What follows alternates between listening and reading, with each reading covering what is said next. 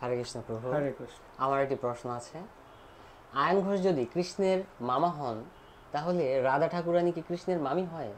শাস্ত্রের আলোকে এটা কি ব্যাখ্যা করা হয়েছে? আসলে আপনার যে প্রশ্ন, আমাদের সমাজে প্রায় মানুষের ধারণাটি আয়ন ঘোষ কৃষ্ণের যেহেতু মামা, সেই সুবাদে রাধা ঠাকুরানী কৃষ্ণের মামি হয়। হ্যাঁ। তাই না? একসময় যখন কৃষ্ণ আয়ন ঘোষের বাড়িতে গিয়েছিলেন, আয়ন ঘোষের যে মা ছিল জটিলা, রাধারানীকে বলছে তোমার ভাগ্নে আসছে, তুমি তাকে জল খেতে দাও, যেহেতু অনেক রোদ থেকে গরম থেকে আসছিল। কিন্তু ভগবান যখন লীলাবিলাস করেন, সেগুলো একটু ভিন্ন। কেন? শুধু আমাদের চিন্তার চেতনার অতীত সেটি। আমরা জানি ভগবান যখন বৃন্দাবন থেকে মর্তে আসেন, শ্রীরাম অভিশাপ দিয়েছিল রাধারানীকে, তুমি 100 বছর অন্যের স্ত্রী হবে, তুমি 100 বছর কৃষ্ণ হারা হয়ে থাকবে, কৃষ্ণ বিরহ অনুভব করতে হবে। আচ্ছা। আর যেহেতু ভগবান লীলাবিলাস করবেন, তাই এই যে আয়ন ঘোষ ভগবানেরই একটি ছায়া, প্রতিবিম্ব শাস্ত্রে বলা হয়েছে। মানে যেমন একটা বস্তুর প্রতিবিম্ব মানে ছায়া পড়ে, হ্যাঁ। সেই ছায়ার সদৃশ ছিল আয়ন ঘোষ। আয়ন ঘোষ, মানে কৃষ্ণেরই একটি ছায়া। আচ্ছা আচ্ছা।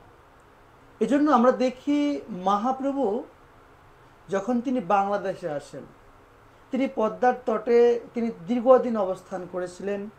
এই বাংলাদেশের কিছু ভক্তদেরকে তিনি এই ধর্ম চর্চা শিক্ষা দিয়েছিলেন। আর এই মহাপ্রভুর বিরহে লক্ষ্মীপ্রিয়া তিনি আর সহ্য করতে পারছিলেন না। তিনি সশরীরে ভগবত ধামে চলে গিয়েছিলেন।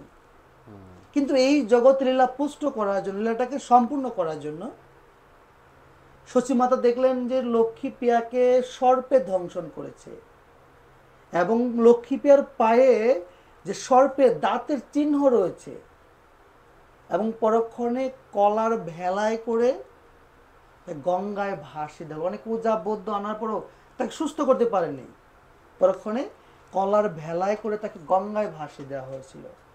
অনেকে বলছিল যে এত সুন্দর স্বামী পেয়ে এই স্বামীর সুখ লক্ষ্মীপ্রিয়ার ভাগ্যে জুটল না।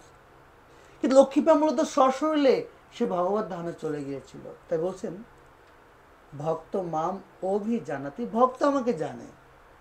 ভক্ত ছাড়া এই গজ্যতম লীলা কেউ রিয়ালাইজ করতে পারে না, কেউ সেটা উপলব্ধি করতে পারে না।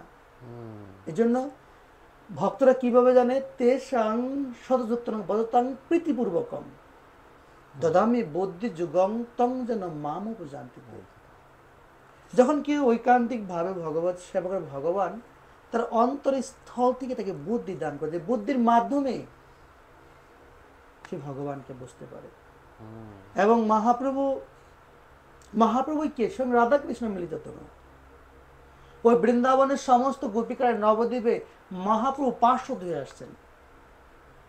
সাধারণ মানুষের কি বুঝবে?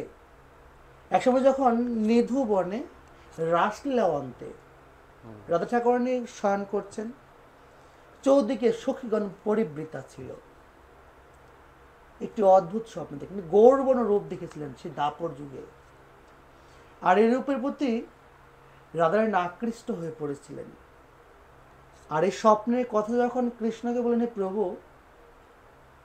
আমি কি অদ্ভুত স্বপ্ন দেখলাম, আমি অনেক রূপ দেখেছি তোমার, আমি কখনোই সেই রূপের প্রতি আকৃষ্ট হইনি, আমি কেন এর প্রতি আকৃষ্ট হলাম?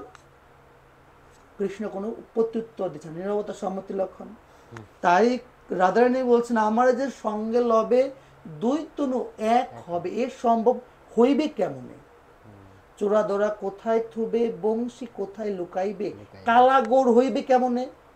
এই শুনি কৃষ্ণচন্দ্র কস্তবে প্রতিবিম্ব, দেখাইল শ্রীর আধার অঙ্গ। আপনি তাহাতে প্রবেশিলা, দুই তনু এক হইলা, ভাবময় সব অঙ্গ।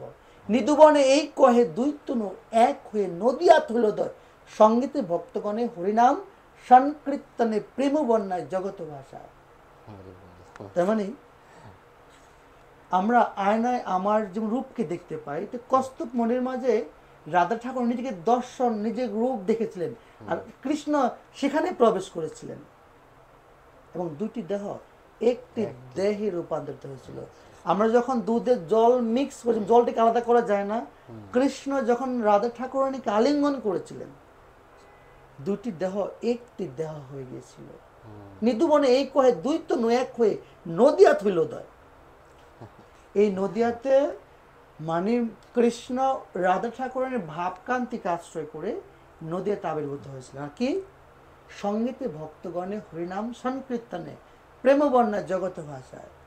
এই বৃন্দাবনে ললিতা বিশ্বকার স্বরূপ দামোদর রায়রামন্দ রূপে আসলেন এবং বৃন্দাবনের সমস্ত গোপিকারা মহাপ্রভুর পার্শ্বদ হয়ে আসলেন। রাধা কৃষ্ণ একই তনু, তারা পৃথক, একটা আত্মা, তারা দুটি দিন বিলাস করছেন।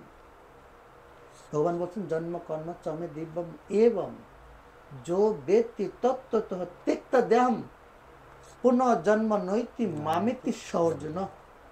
হে অর্জুন, যারা আমার এই জন্ম কর্ম তত্ত্ব তো ভাবে জানে, তাকে এই দেহ ত্যাগ করার পর এই জগৎ আসতে হয় না। এই জন্য আমরা এই ভগবানের লীলা রিয়ালাইজ করতে হলে আমাদের ফার্স্ট টাইমে শুদ্ধ ভক্তের শরণাগত হতে হবে এবং শুদ্ধ ভক্তের মাধ্যমে আমরা শাস্ত্র আলোচনা করব, তখন আমরা ডে বাই ডে আমরা বিষয় ফিল করতে পারবো রাধা ঠাকুরানী এবং কৃষ্ণ তারা কে, এবং আয়ন ঘোষের কথা বলছে আয়ন ঘোষ কে।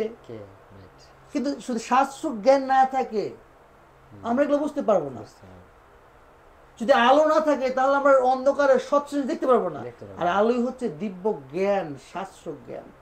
আমরা অসভা অন্ধকারে আছি, আমরা আমরা সকলে মোহগ্রস্ত প্রায়। যখন আমাদের এই দিব্য জ্ঞান আমাদের হৃদয়ে প্রকাশিত হবে, আমরা তখন ফিল করতে পারবো আসলে কৃষ্ণ এবং রাধা ঠাকুরানী, আয়ন ঘোষ, তারা যে আমাদের সমাজে কত ভাবে এগুলো আলোচনা করছে। এজন্য ভগবানকে জানার অত্যন্ত সরল পন্থা হচ্ছে ভগবানের ভক্ত হওয়া, ভক্ত সঙ্গ করা। বিষয় ক্লিয়ার? খুব সুন্দর। জানি না আসলে আপনার কতটুকু মন মতো হয়েছে। না, আমি খুবই স্যাটিসফাইড। Thank you.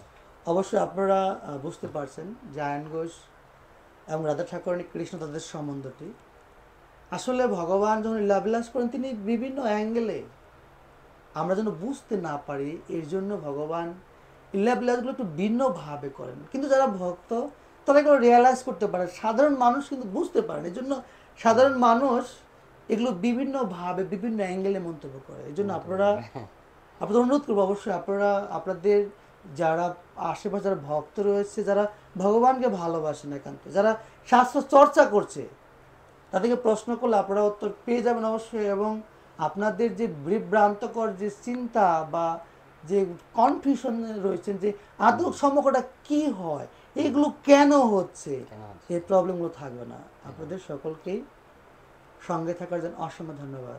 হরে কৃষ্ণ। ধন্যবাদ। হরি বল। Thank you.